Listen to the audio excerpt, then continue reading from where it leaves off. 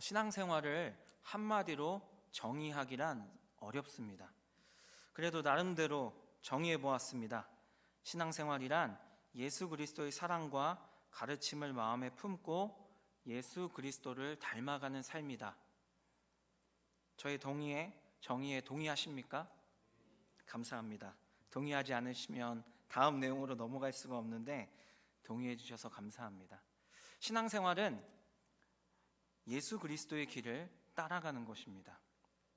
예수 그리스도께서는 우리에게 친히 내려오셨고 종의 모습으로 낮아지셔서 우리를 섬기시고 십자가에서 죽으셨습니다. 예수님의 길은 실로 낮아지는 길입니다. 하지만 예수님의 삶은 인간들이 감히 이해할 수 없는 깊은 길이었습니다. 가장 낮은 자의 모습으로 이 땅에 오셔서 섬기셨지만 세상 그 누구도 믿음이라는 하나님이 주시는 은혜 없이는 감당할 수 없고 이해할 수 없는 놀라운 가르침을 주셨고 구원을 이루신 깊은 길이었습니다.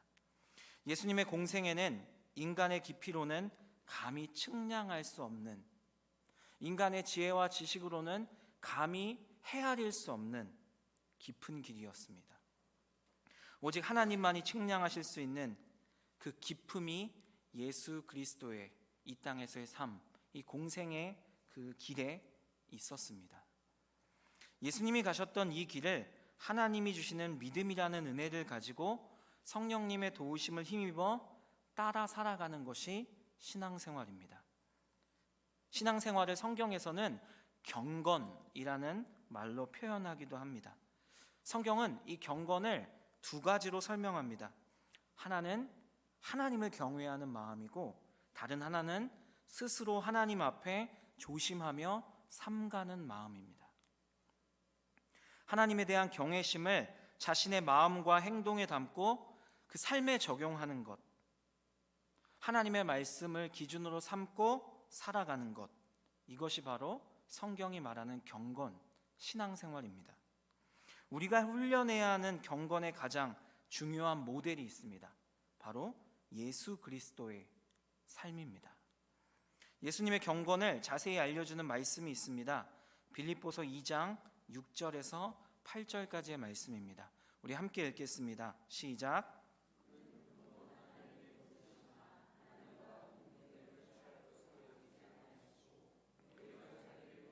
종의 형체를 가지사 사람들과 같이 되셨고 사람의 모양으로 나타나사 자기를 낮추시고 죽기까지 복종하셨으니 곧 십자가에서 죽으심이라.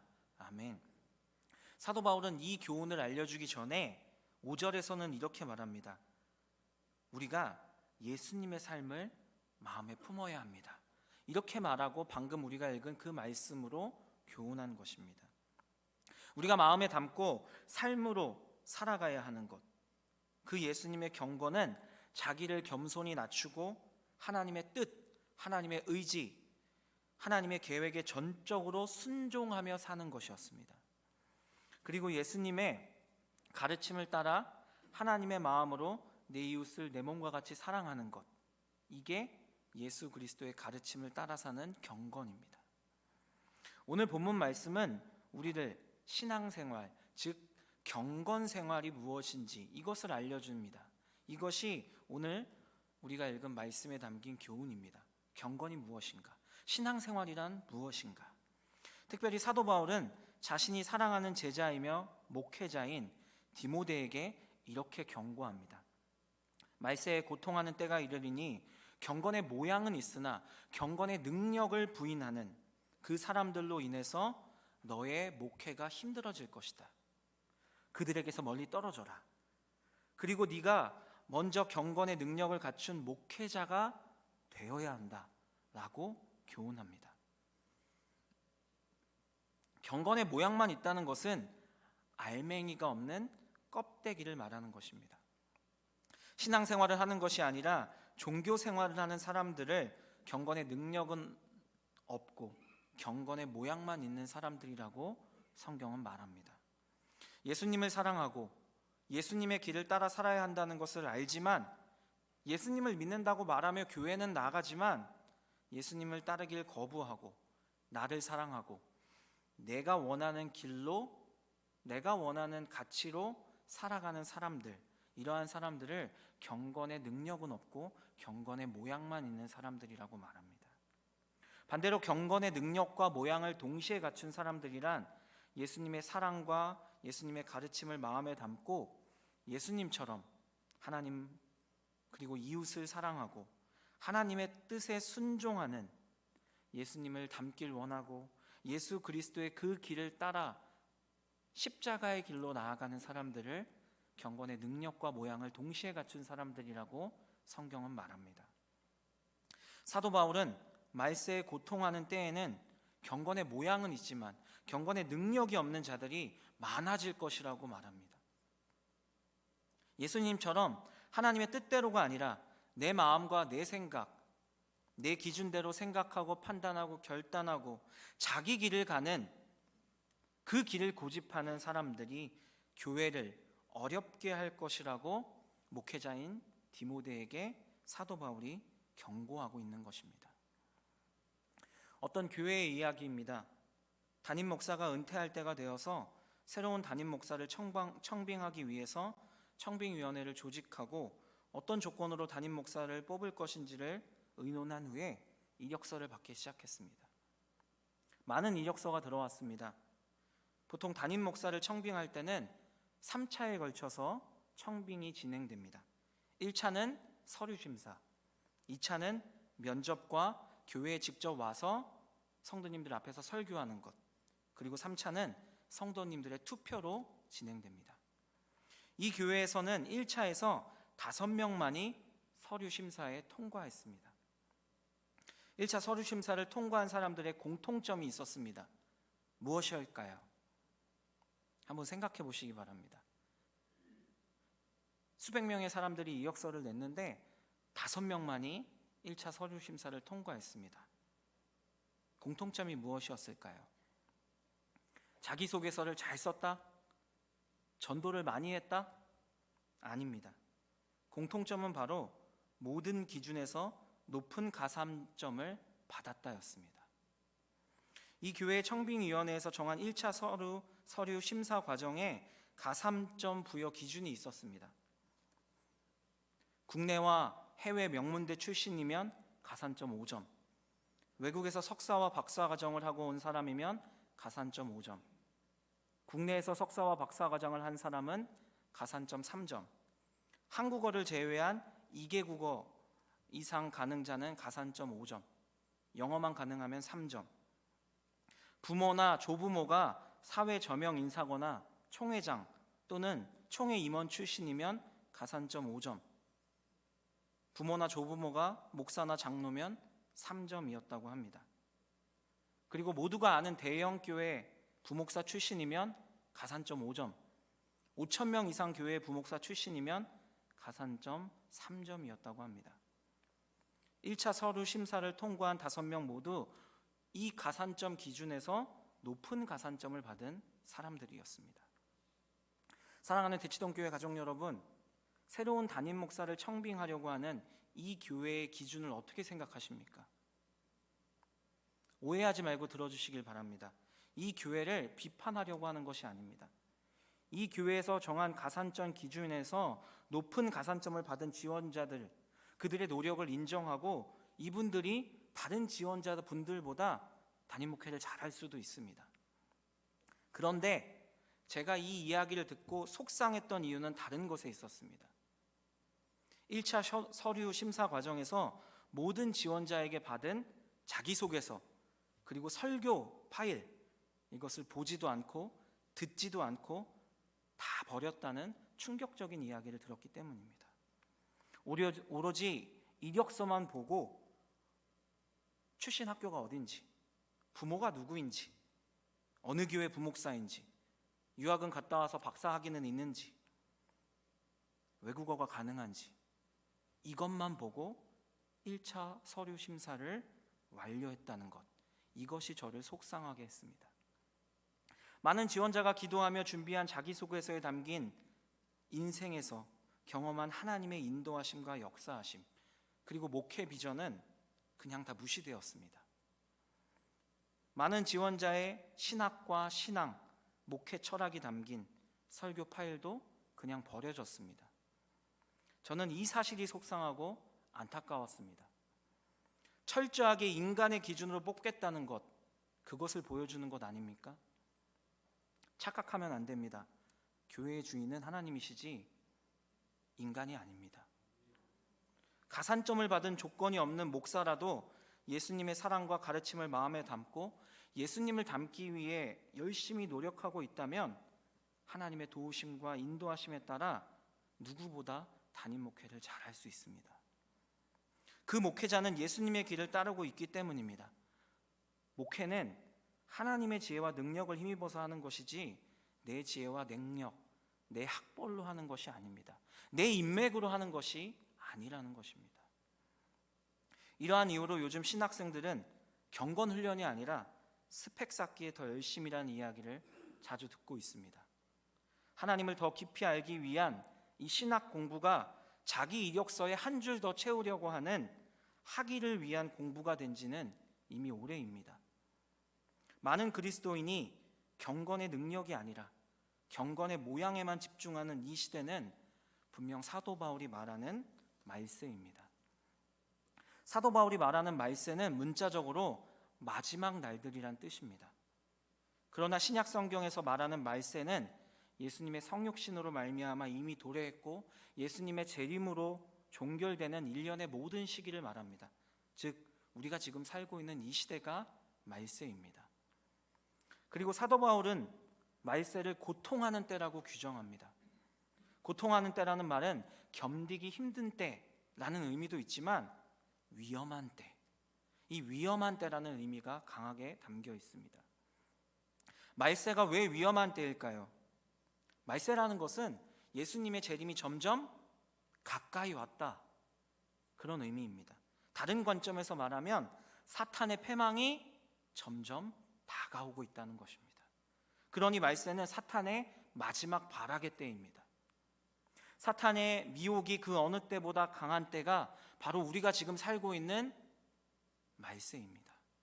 그래서 믿음을 지키기 힘들기 때문에 위험한 때, 사탄의 미혹이 강하기 때문에 위험한 때라고 말하는 것입니다. 사탄은 하나님의 자리에 다른 것을 두도록 인간을 미혹합니다. 괜찮다고 말합니다. 피조물인 인간이 창조주이신 하나님을 사랑하여 섬기는 것이 당연한데 그것이 잘못된 것이라고 생각하도록 우리를 미혹합니다. 그리고 하나님이 아닌 다른 것들을 사랑하고 마음에 품고 그것들을 위해 사는 것이 진리라고 우리들을 미혹합니다. 사탄이 말하는 다른 것들, 본문은 2절과 3절과 4절에 나오는 돈과 자기 자신과 쾌락, 이렇게 세 가지라고 말합니다. 먼저 돈을 살펴보면 2절 말씀에 보면 말세의 인간들이 돈을 사랑한다고 말합니다. 우리가 살아가는데 돈이 필요합니까? 안 필요합니까? 반드시 필요합니다. 돈 자체는 선한 것도 아니고 악한 것도 아닙니다. 돈은 그냥 단순한 물질에 불과합니다. 돈을 잘 사용하면 선한 것이고 돈을 잘못 사용하면 악한 것이 됩니다. 성경은 아브라함이나 이삭, 욥과 같이 부자였던 믿음의 사람들도 있다고 소개합니다. 그러나 성경은 분명하게 말합니다.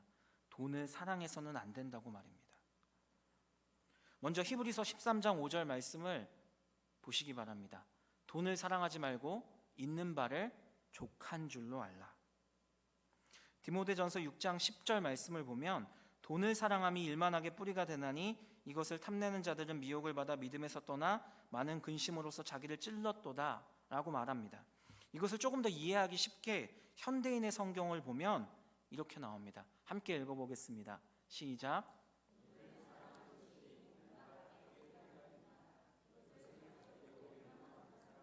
믿음에서 떠나 방황하다가 많은 고통을 당하고 마음에 상처를 입습니다. 성경에도 돈을 사랑하다가 망한 인물들이 많이 나옵니다. 아간, 발람, 게하시, 가룟유다, 아나니아와 삽비라 등 수많은 사람들이 돈을 사랑하다가 결국 구원받지 못한 채 그 인생이 망하게 됩니다. 우리는 기억해야 됩니다. 돈을 마음에 품고 돈을 사랑하고 돈을 쫓는 인생의 끝은 이처럼 구원이 없는 망한 인생이라는 것을 기억하셔야 됩니다. 두 번째, 자기 자신입니다. 본문 2절과 3절과 4절에 나오는 내용은 주로 자기 자신을 사랑하는 사람들에게 나타나는 문제점을 말합니다. 자랑하며 교만하며 비방하며 부모를 거역하며 감사하지 아니하며 거룩하지 아니하며 무정하며 원통함을 풀지 아니하며 모함하며 절제하지 못하며 사나우며 선한 것을 좋아하지 아니하며 배신하며 조급하며 자만하며. 본문에서 말하는 자기 사랑은 특별히 극단적 이기주의를 말합니다. 자기 사랑이 극에 달한 극단적 이기주의자들은 하나님도 모르고 부모님들 모르고 자기 주변의 사람들도 모르고 자기만 아는 사람들입니다. 요한복음 12장 25절에서는 예수님께서 분명히 말씀하셨습니다. 자기의 생명을 사랑하는 자는 잃어버릴 것이요 이 세상에서 자기의 생명을 미워하는 자는 영생하도록 보존하리라. 사울 왕은 원래 겸손한 사람이었습니다. 그런데 왕이 되자 그는 완전히 다른 사람이 되었습니다. 사울은 왕이 되어 권력을 가진 후에 자신을 왕으로 세우신 하나님께 순종하지 않고 자신이 높아지기를 원했습니다. 권력에 집착하는 모습을 보였습니다. 자기 자신을 사랑한 것입니다. 하나님보다 자기를 더 사랑했습니다.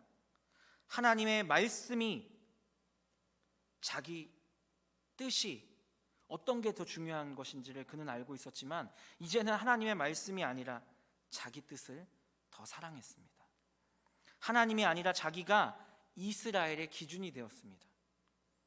말씀에서 멀어지자 자신에게 집착하게 되고 자기 중심적인 사람이 되어 욕심이 많아지고 시기심과 질투가 그 안에 가득하게 되었습니다. 그래서 아들 요나단을 죽이려 하고 다윗을 죽이려 하고 회개하지 않고 자기 자리를 지키려고 하나님께서 금하신 이 신접한 여인을 찾기도 합니다. 사울 왕은 인생이 자기 뜻대로 되지 않자 주변의 많은 사람들을 괴롭게 했습니다. 사울로 인하여 많은 사람들이 고통을 당했습니다. 대표적인 인물이 바로 다윗입니다. 잘못된 자기 사랑으로 자기 인생을 망친 사울은 결국 하나님께 버림받고 전쟁터에서 허무하게 그 생을 마감하게 됩니다. 자기만 허무하게 죽은 게 아니라 자기 아들들도 허무하게 인생을 마무리하게 되었습니다. 인간이 하나님 아닌 자기를 더욱 사랑할 때 이렇게 불행해진다는 사실을 우리는 기억해야 합니다. 세 번째가 쾌락입니다. 쾌락은 즐거움을 말합니다. 그리스도인들이 즐겁게 사는 것이 잘못됐다라고 말하는 것이 아닙니다. 문제는 쾌락주의입니다. 쾌락주의. 인생의 목표를 쾌락에 두는, 쾌락을 가장 사랑하는 이 쾌락주의가 문제라는 것입니다. 쾌락주의는 쾌락이 인생의 목적이며 쾌락이 최고의 선이며 쾌락을 추구하는 것을 말합니다. 쾌락을 위해 결혼이라는 하나님이 만드신 신성한 약속을 거부합니다. 쾌락을 위해 바람을 피우고 가정도 버리고 음행도 하고 동성연애도 합니다. 쾌락을 위해 요즘은 마약을 하는 사람들이 우리나라에도 많아졌습니다. 미국의 필라델피아는 마약으로 인해 도시가 완전히 망가졌습니다. 쾌락이 무서운 이유는 쾌락에는 만족이 없기 때문입니다. 쾌락을 사랑한 인간은 더 즐겁고 더 자극적인 것들을 찾게 됩니다. 그러다 망하는 것입니다. 소돔과 고모라가 망한 이유가 무엇입니까? 쾌락 때문이었습니다. 사도 바울은 디모데에게 쾌락을 즐기는 것을 경계해야 한다고 분명히 경고했습니다. 디모데전서 5장 6절의 말씀을 함께 읽겠습니다. 시작. 향락을 좋아하는 자는 살았으나 죽었느니라. 향락이라는 단어는 쾌락을 즐긴다는 의미입니다. 쾌락을 즐기는 자는 그 육체는 살았을지 몰라도 그 영혼은 이미 죽은 것입니다. 우리의 육체와 영혼을 모두 살게 하는 진정한 즐거움은 신앙생활에 있습니다. 하나님께 있습니다. 하나님의 말씀을 깨닫고 그 말씀대로 살아감으로 하나님을 기쁘시게 해드리는 것이 인간이 인생에서 경험할 수 있는 가장 최고의 즐거움입니다.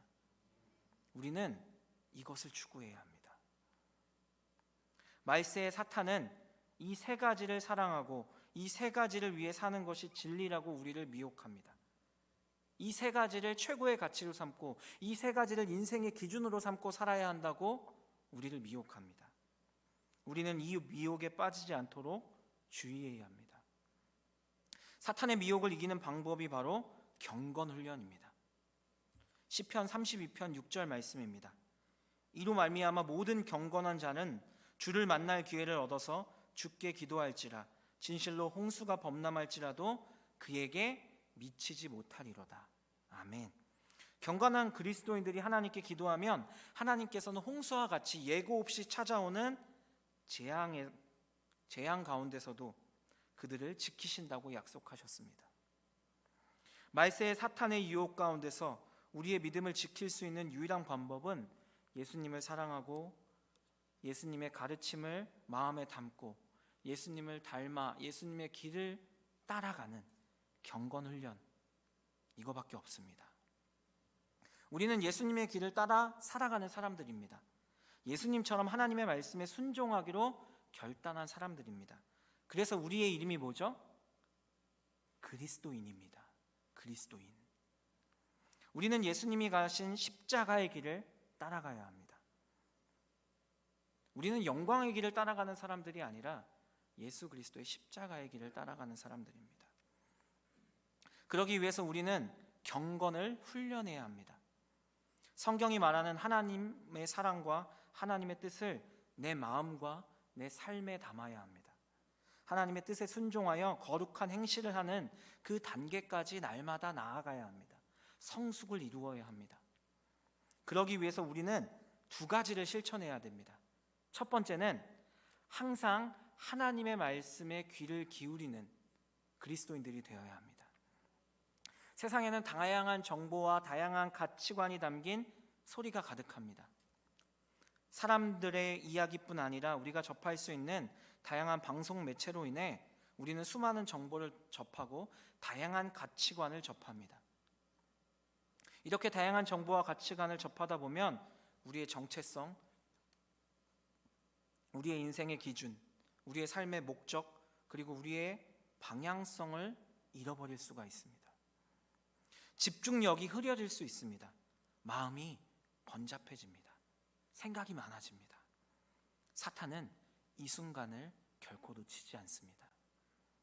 우리는 항상 하나님의 말씀에 귀를 기울여야 합니다. 우리의 삶을 하나님의 주파수에 항상 맞추고 살아야 합니다. 주변의 소리가 들리지 않는 곳에서 오직 하나님의 말씀을 읽고 나에게 말씀하시는 하나님의 그 음성에 귀를 기울이고 그 말씀을 내 마음에 담고 그 말씀에 순종하여 예수님을 닮고 예수님의 길을 따라 살기 위해 진짜 몸부림치며 노력해야 합니다. 예수님께서 걸어가신 길을 항상 따르기 위해 노력해야 합니다. 하나님의 말씀이 우리의 육신과 영혼을 지배할 때 우리는 성령님의 도우심을 힘입어 예수님처럼 살아갈 수 있습니다. 그래서 우리는 가끔 자신을 자발적으로 세상으로부터 격리해야 합니다. 하나님의 말씀에 귀 기울이기 위해 세상의 소리를 음소거하고 고독 속으로 자발적 격리로 나아가야 합니다. 그래서 사탄의 소리를 차단하고 하나님의 말씀으로 우리의 믿음의 깊이를 더해야 합니다.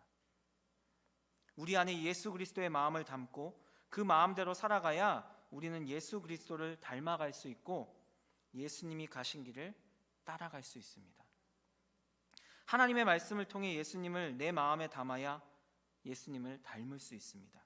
이것을 꼭 기억하시고 항상 하나님의 말씀에 귀를 기울이기 위해 잠깐이 아니라 한순간이 아니라 어느 때가 아니라 평생 노력하셔야 됩니다. 가끔은 자발적으로 스스로를 격리시켜 세상의 모든 소리를 음서고하고 사탄의 미혹을 차단하고 하나님의 말씀에만 귀를 기울이는 시간을 꼭 가지셔야 합니다. 두 번째는 임마누엘 신앙으로 살아가는 교회가 되어야 합니다. 임마누엘의 뜻은 우리가 잘 아는 것처럼 하나님께서 우리와 함께 계시다입니다. 경건훈련은 하나님과 날마다 함께 살아가는 훈련입니다. 여기서 핵심은 날마다입니다. 세상에 많은 그리스도인이 주일에는 하나님과 함께 살아갑니다. 하지만 주일이 지나가면 하나님과 함께 사는 것이 불편하다고 6일간은 혼자 살아가길 소망합니다. 주일 하루 하나님과 함께 사는 것으로 만족하여 스스로 신앙생활을 잘하고 있다라고 위로합니다. 이게 문제입니다. 그리스도인은 주일만이 아니라 365일 하나님과 함께 사는 사람들입니다. 주일 하루 교회에 가서 하나님과 함께 사는 것으로 만족하고 나머지 6일은 나 혼자 내 마음대로 사는 것을 신앙생활한다 라고 착각하고 있는 것, 이것이 문제입니다. 이것은 그저 다른 종교를 믿는 것과 같은 종교 생활을 하는 것, 그거밖에 되지 않습니다. 주일에 교회 가는 것으로 만족하지 말고 우리는 365일 주님과 함께 살아가는 교회가 되어야 합니다. 교회 자체가 되어야 합니다. 매일 하나님을 예배하고 매일 하나님을 찬양하고 매일 하나님의 말씀에 귀를 기울이고 매일 기도로 하나님과 대화하며 매일 하나님과 사랑의 교제를 맺고 하나님의 인도하심을 따라 하나님의 말씀을 기준 삼아 순종함으로 매일의 삶을 살아야 합니다. 매일 하나님의 사랑을 세상에 전해야 합니다. 이것이 참된 경건 신앙생활입니다. 사랑하는 성도 여러분, 자신을 3번 부인한 베드로를 찾아오신 예수님은 자신을 3번 사랑하냐고 베드로에게 물으셨습니다. 3번 물으셨습니다. 요한의 아들 시몬아, 내가 이 사람들보다 더 나를 사랑하느냐? 요한의 아들 시몬아, 내가 나를 사랑하느냐? 요한의 아들 시몬아, 내가 나를 사랑하느냐? 베드로는 예수님을 사랑한다고 다시 3번 고백했습니다. 예수님을 배신했던 베드로에게 다시 예수님의 사랑이 가득 채워지는 순간이었습니다. 예수님은 자신을 부인한 베드로, 그래서 무너져버린 베드로를 다시 찾아와서 다시 자신을 향해 사랑 고백할 수 있도록 기회를 주신 것입니다. 자신을 향한 사랑이 회복될 수 있도록 예수님이 직접 도와주신 것입니다. 예수님을 향한 사랑이 그의 마음에 다시 담겨졌을 때 그는 이전처럼 죽음을 두려워하거나 도망하거나 예수님을 부인하지 않았습니다. 오히려 예수님을 닮은 베드로의 삶을 통해 수많은 사람들이 예수 그리스도를 나의 삶의 주인으로 영접하여 구원에 이르게 되었습니다. 우리의 마음과 삶에 예수 그리스도를 향한 사랑과 경외함이, 감사함이 가득 담겨야 합니다. 그 사랑으로 날마다 예수님과 함께 살아야 합니다. 그러면 우리도 베드로처럼 예수님을 닮은 예수님의 제자가 될 수 있습니다.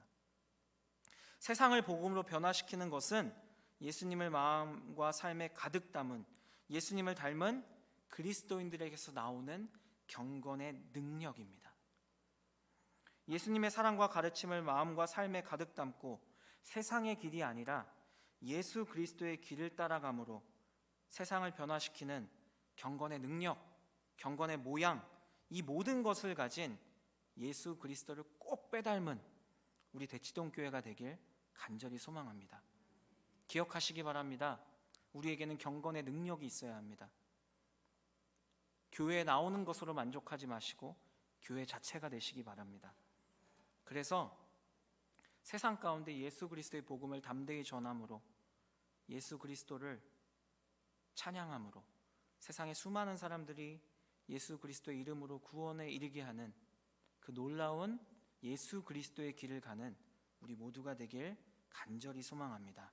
지금은 우리의 삶의 유일한 이유가 되시는 우리 주 예수 그리스도의 은혜와 우리를 너무나 사랑하셔서 자기 아들을 버리고 우리를 구원하신 하나님 아버지의 사랑과 성령님의 교통하심이 경건을 훈련하여 예수 그리스도의 길을 따라 살겠다고 다짐하는 예수님을 꼭 빼닮은 대치동교회에 속한 모든 하나님의 사람들과 중고등부 연합 여름 수련회 가운데 함께 하시길 간절히 축원합니다. 아멘.